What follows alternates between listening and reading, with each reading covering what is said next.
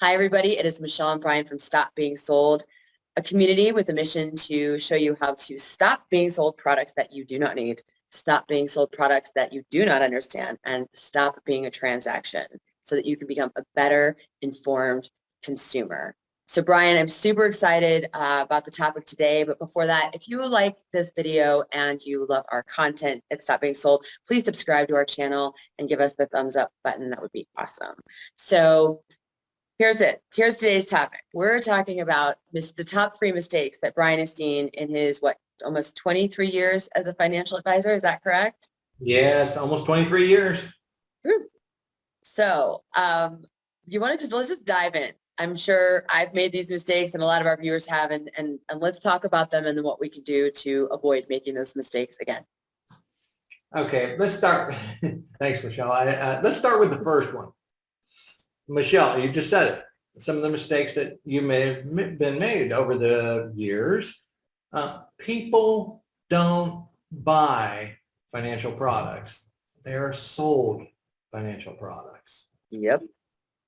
Does that make sense? Yes, it does. Think of every transaction that you've done, Michelle, that's a financial transaction. Were you sold that product? Or did you just wake up and say, hey, I think I'll buy an IRA today? No, sold it 100%. So instead, people are sold financial products. Someone comes along their way and sells them something, whether it be life insurance, investments, IRAs. It doesn't matter. They're being sold daily. And sometimes, like with a 401k, sometimes they're automatically enrolled into it without truly understanding it. So, right.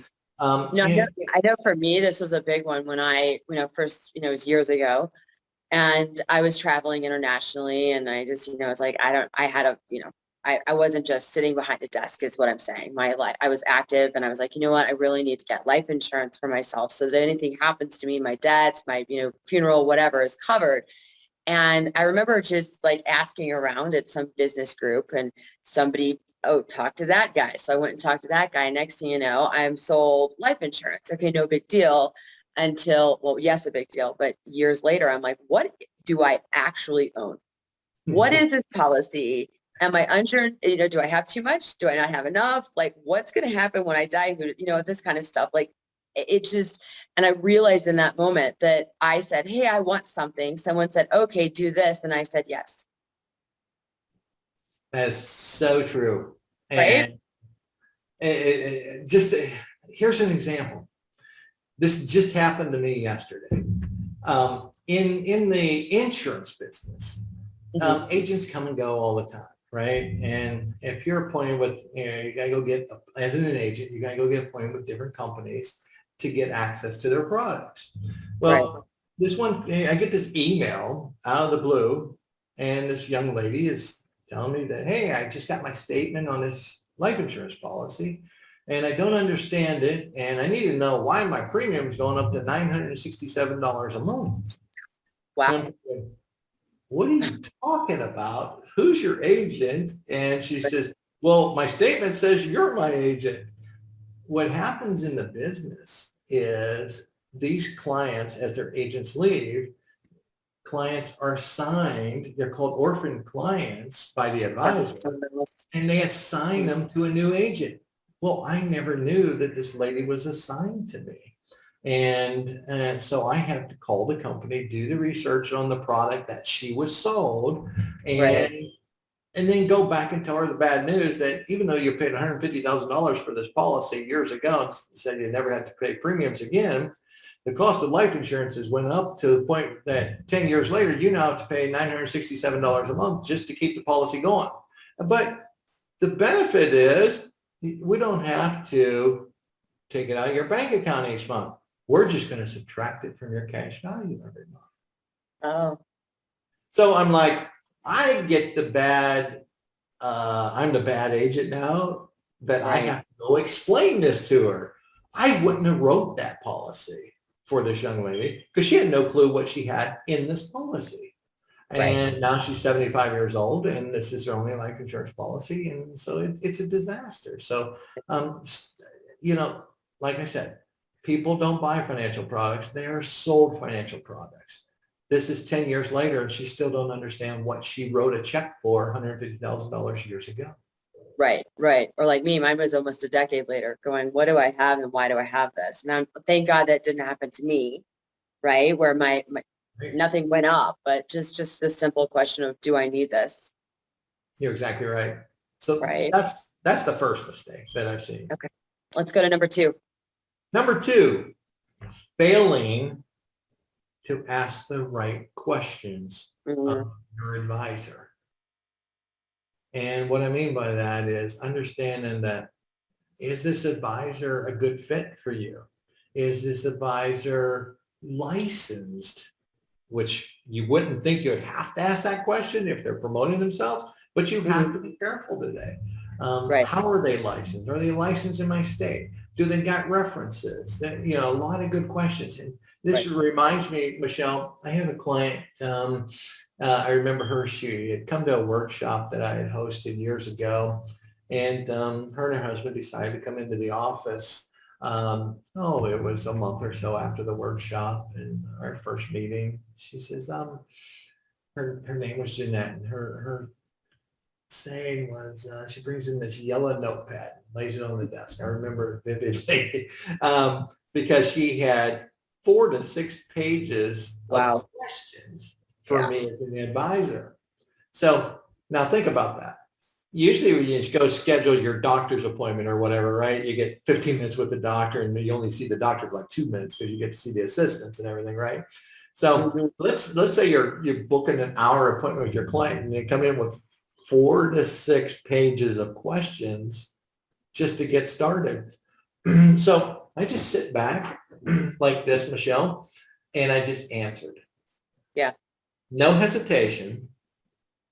You need to be able to do that as an advisor. And if you're researching advisors out there, they better be able to answer all your questions before you ever do business with them today. Yeah, it's great advice. A huge mistake. And so let's just say you have a current advisor. I know for me, this is my story. So I had an advisor and I started, I'm like, wait a minute, I need to ask better questions. Why am I in this? What's going on here? Right. If you have an advisor right now, you could still go back to him or her with all of these questions. You can be like, hey, what was the criteria in you selecting this, Roth IRA for me? Why am I in this annuity? Why am I doing this? And be able to get those answers. And if not, go somewhere else. You're exactly right. Yeah. And me, I as a fiduciary today, I'm obligated by law to put my client's interest ahead of my own. Right. And I know you're going to ask what the next steps are after we go through this today.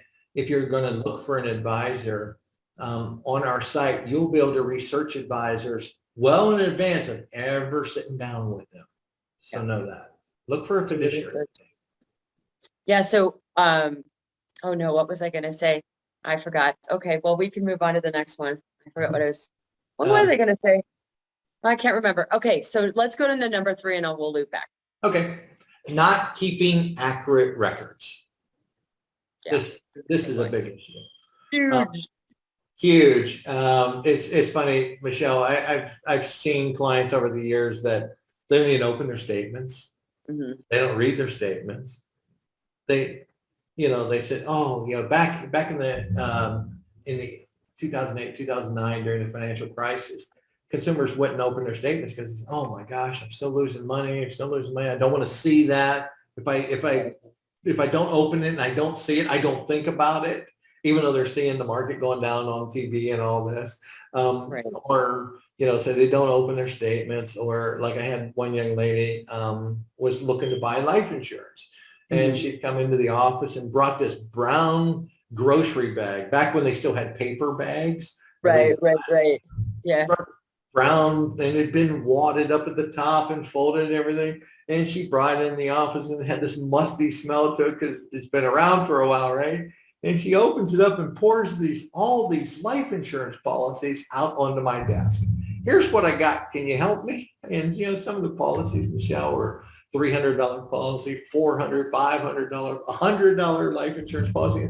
And it's like, oh yeah, I bought these years ago. And so imagine the time it took to go through all these policies, call some of these companies that aren't even around anymore, and other companies have bought them out just to try to get it organized to what she had. She had no clue. Yeah. Yeah. And a lot of us don't. I mean, Yeah. this is, I know on Stop Being Sold site and on this YouTube channel, we've talked about rolling over 401ks. And that's the thing, like people forget they left a job, 2015, 5 years ago, Right. and they have a policy or they have, this retirement plan just sitting there. And it's like, it's not just about, the ladies with the brown bags or the stuff stuffed in the attic or the mattress filled with bonds or whatever it is, right? I got them too. Right? Yeah. But we hear those from our grandparents or about our grandparents or, older generations. But I mean, this is something that even in a digital age, it's very easy to forget what you have.